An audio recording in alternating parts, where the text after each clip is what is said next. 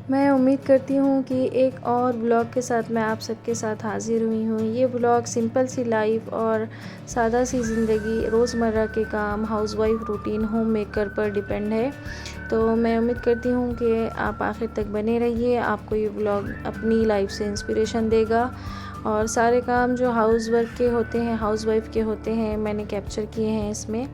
तो चलिए हमारी वीडियो को स्टार्ट करते हैं। अस्सलाम वालेकुम everyone, welcome back to my channel. उम्मीद करती हूँ आप सब खैरियत से होंगे। अल्हम्दुलिल्लाह मैं भी ठीक ठाक हूँ।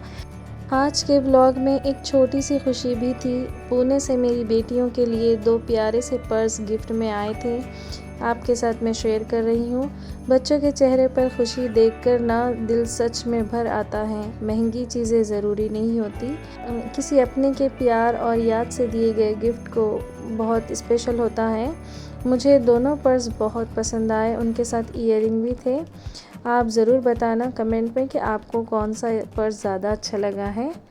और उसके बाद सोचा कि चलिए किचन के काम शुरू करती हूँ। तो अपना रेगुलर का रूटीन होता है। यहाँ पर हम जवार की रोटी बना रहे थे। मेरी सास को जवार की रोटी ही पसंद है। हम लोग सब बच्चों के लिए, हमारे लिए गेहूं की बनाते हैं, लेकिन उनके लिए जवार की रोटी पकती हैं। उसके साथ मैं यहाँ पर एग फ्राई करने वाली हूँ। सिंपल सी रेसिपी है ये जवार की रोटी के साथ। अगर आपने कभी अंडा नहीं खाया हो तो खाकर देखना, बहुत मज़े का दिखता है ये। हर रोज़ फैंसी रेसिपीज़ बनाना ज़रूरी नहीं होता ना अपनी ज़िंदगी में। घर का सीधा सादा खाना ही असली बरकत होती है उसमें। अगर कुकिंग करते वक्त मुझे हमेशा ये लगता है कि सिर्फ ये कुकिंग नहीं है, घर वालों के लिए मोहब्बत भी सर्व हो रही है। शायद इसीलिए घर का खाना हमेशा सबको याद भी रहता है। बहुत सारे लोग तारीफ़ करते हैं। 2 से 3 सालाने होते हैं तो कभी किसी को एक बहुत ज़्यादा पसंद आ जाता है, तो कभी सारे के सारे सबको पसंद आते हैं।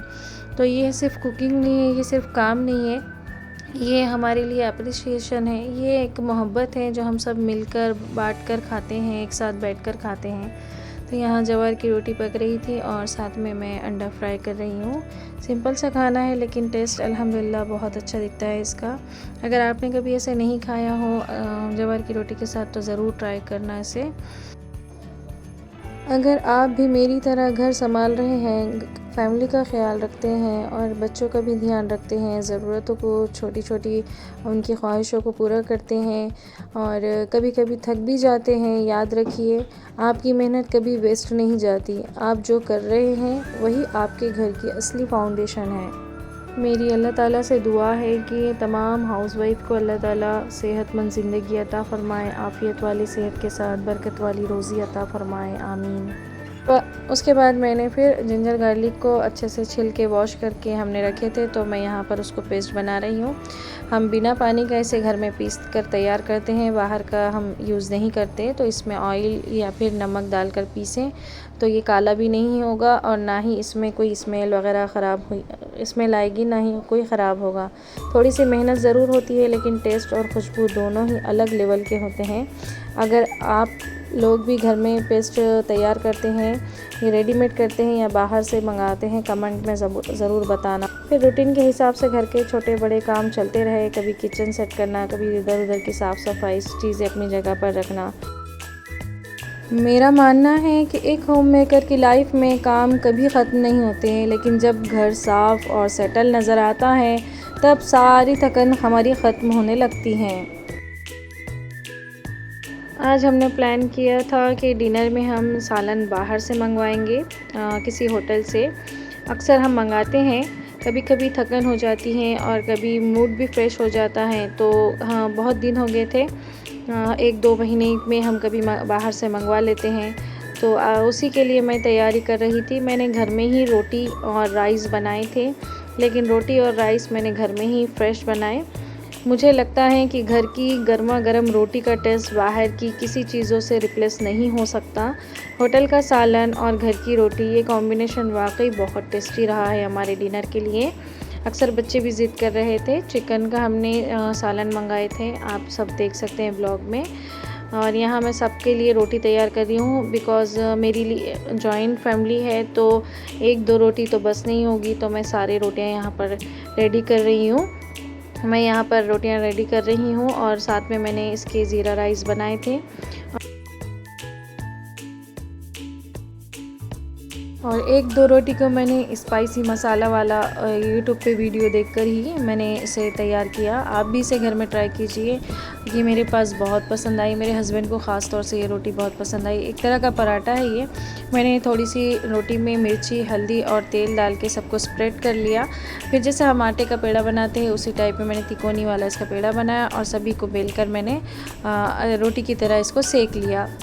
दोनों साइड से तेल लगाकर मैंने इसको सेक दिया। तो ये वाकई में एक टेस्ट भी थोड़ा सा चेंज हो गया था और ये पसंद भी आने लगी, क्योंकि हम जो रेगुलर करते हैं उससे थोड़ा हटकर हम करेंगे तो टेस्ट भी चेंज होगा और अक्सर चीज़ें चेंज होने के बाद हमें वाकई पसंद भी आती हैं। रूटीन के हिसाब से थोड़ा हटकर हम कुछ कुकिंग करते हैं ना, तो हमारे घर में तो इसे बहुत पसंद करते हैं। आप भी ट्राई कीजिए और मुझे कमेंट में बताइए कि आपके पास ये पराठा किसको पसंद आया है या इस टाइप की रोटी, मसालेदार रोटी किसको पसंद आई है। तो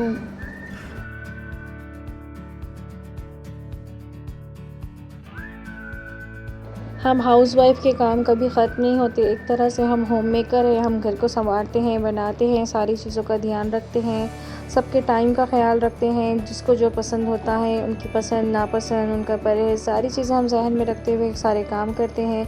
तो आपको भी मेरी ये रूटीन अगर आपकी लाइफ से इंस्पिरेशन देती हैं, आपको पसंद आती हैं, तो लाइक शेयर सब्सक्राइब ज़रूर कीजिएगा। अपनी फैमिली फ्रेंड्स के साथ भी शेयर कीजिए और हमारे channel moms diary and everyday smile को सब्सक्राइब करना बिल्कुल ना भूलें। तो यहाँ पर मैंने ये ज़ीरा राइस बनाए थे और यहाँ पर सारी रोटियाँ भी तैयार हो गई थी। मेरे हस्बैंड सालन लाने गए थे होटल से। मैं आपके साथ बताऊंगी व्लॉग में कि मैं सालन को अनपैक करते हुए भी वीडियो ली हूँ। ये सारे रोटियाँ यहाँ पर तैयार हो गए थे। कुछ मैंने स्पाइसी भी बनाए थे इसमें।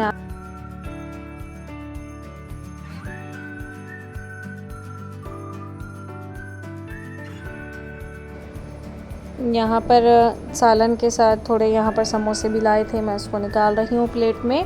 और साथ ही में यहाँ पर मैं देख रही थी कि 3 किस्म के ये सालन है और साथ में उसके लेमन और कट की भी प्याज भी आई है साथ में। तो अब मैं सालन को अनपैक कर रही हूँ सारे।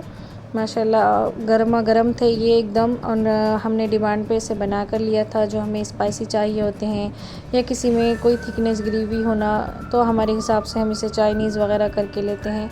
तो इसमें एक लपेटा था, एक चिकन लपेटा है और इसमें ये जो है तो ये चाइनीज़ चिल्ली चिकन है फुल ग्रेवी के साथ, बहुत ज़्यादा स्पाइसी और एकदम मज़ेदार था। ये वाला सालन मटन का है और इसकी भी ग्रेवी माशाल्लाह बहुत ज़बरदस्त। हम इस पे जब नींबू निचोड़ कर खाते हैं तो इसका मज़ा बहुत दुगना हो जाता है, बहुत टेस्टी लगता है। तो अल्हम्दुलिल्लाह इस तरह से हमारा डिनर हो गया। डिनर के बाद मैं सारी किचन की साफ़ सफाई कर रही थी। हमारी जो पास मेड आते हैं, जो हमारे पास बर्तन धोने वाले आते हैं, तो उन्होंने 2 से 3 दिन नहीं आने वाले थे। तो इसीलिए मैं जब बर्तन वॉश कर रही थी, यहाँ पर हम सबका खाना वगैरह हो गया, जेंट्स की चाय भी हो गई थी। तो यहाँ पर मैं सारे बर्तन वॉश कर रख रही थी। फिर इनको सब अपनी जगह पर रखा मैंने।